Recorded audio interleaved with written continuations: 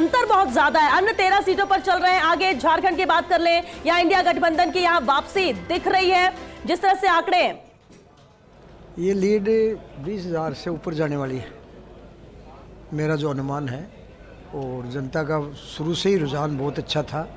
मैं पहले भी चुनाव के दौरान भी आप लोगों ने मीडिया को बताया था कि भारी उत्साह है लोगों में और भारतीय जनता पार्टी के प्रति निश्चित रूप से रुझान है, वो विकास की ओर है। सर, भाजपा मान रही थी कांग्रेस से सीधी टक्कर, लेकिन राजेंद्र सिंह हुड्डा 5 राउंड तक आपके आगे भी हो गए थे। कैसे देखते हैं सर इनका? नहीं, टक्कर तो इनका तो सेकंड थर्ड की लड़ाई है। मैं शुरू से कहता रहा, भारतीय जनता पार्टी तो एक तरफी जीत होगी इसमें। अब इन दोनों को देखना है कि सेकंड थर्ड कौन रहे, बाकी भारतीय जनता पार्टी से इनका कोई मुकाबला नहीं। सर, कांग्रेस को ही ज़्यादा नुकसान किया है या भाजपा को किया है? अब तक 8 राउंड की बात करें तो भारतीय जनता पार्टी को अपने वोट सारे मिले, कोई नुकसान नफा नहीं है।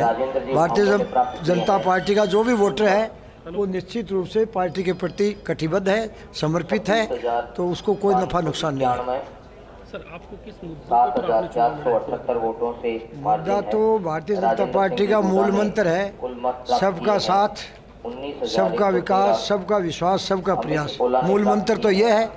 और वैसे ये गोदीवाद अर्थात वंशवाद के विरुद्ध मोदीवाद की जीत है। एक आप बार-बार प्रश्न उठाते रहे थे वंशवाद को लेके, तो आपको क्या लगता है कि झुंझुनू की जनता ने इस बार वंशवाद को नकार दिया? हम मैं यही तो निवेदन कर रहा हूँ, गोदीवाद अर्थात वंशवाद को नकारते हुए मोदीवाद को जिताया, यहाँ विजयी बनाया है। तो एक जैसे अभी राजेंद्र हुड्डा आपके लगातार इंडस्ट्री में चल रहे हैं, तो क्या माइनॉरिटी शिफ्ट हुई क्या कांग्रेस को छोड़ के?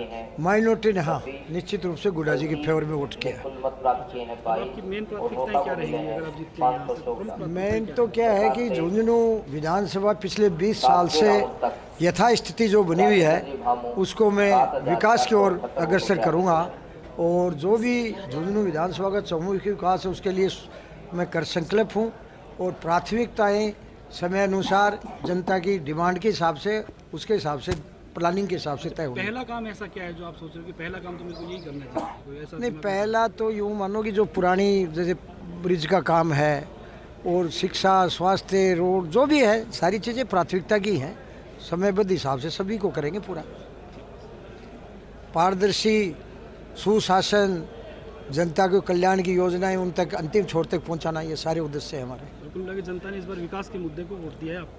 विकास को दिया है। भारतीय जनता पार्टी की रीति नीति में विश्वास है और माननीय मोदी जी और भजन लाल जी का जो विकास के नए नए आयाम स्थापित कर रहे हैं और 2047 का जो विकसित भारत का संकल्प है उस चीज़ को सफल बनाने के लिए वोट दिया है।